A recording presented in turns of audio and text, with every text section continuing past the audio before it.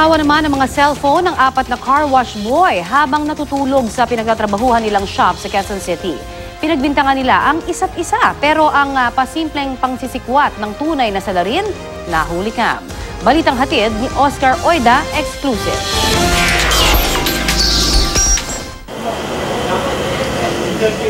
Muntik mauwi sa suntukan ng batuhan ng bintang ng mga car wash boy sa isang auto detailing shop sa Quezon City nang magkawalaan ng kanilang mga cellphone kamakailan. Kasi bago ako natulog doon, nilagay ko sa sa gilid ko. Pag-isip ko nawala na yung cellphone ko.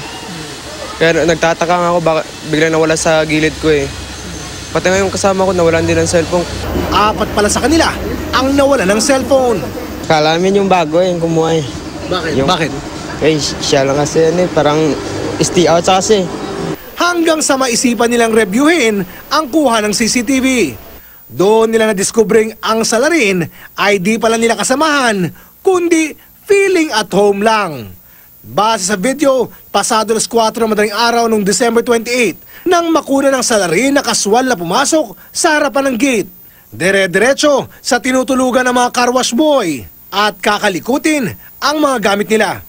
Tingnan nyo po, napansin nyo, magtatakip po siya ng bimpo. Kasi siguro napansin niya may CCTV. Ayan, ano na siya na gano'n.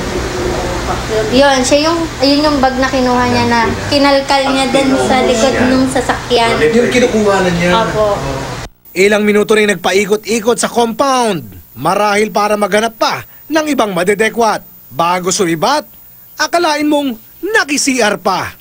Nangyari to habang mahimbing na natutulog ang mga car wash boy na nooy kagagaling lang sa inuman. Hindi sa kabila, doon na tumatambay. Parang may tumatambay doon sa kabila na ibang tao. Siguro, tinitignan sila kung kailan sila uwi. Mga lasing. Buti na lang at sa sobrang pagka-at-home ng suspect, napalapit ito sa CCTV at nakunan ang kanyang muka. Ang video, balak isumiti sa pulis ng mga naisahang car wash boy para madakip ang suspect. Oscar Oida, GMA News.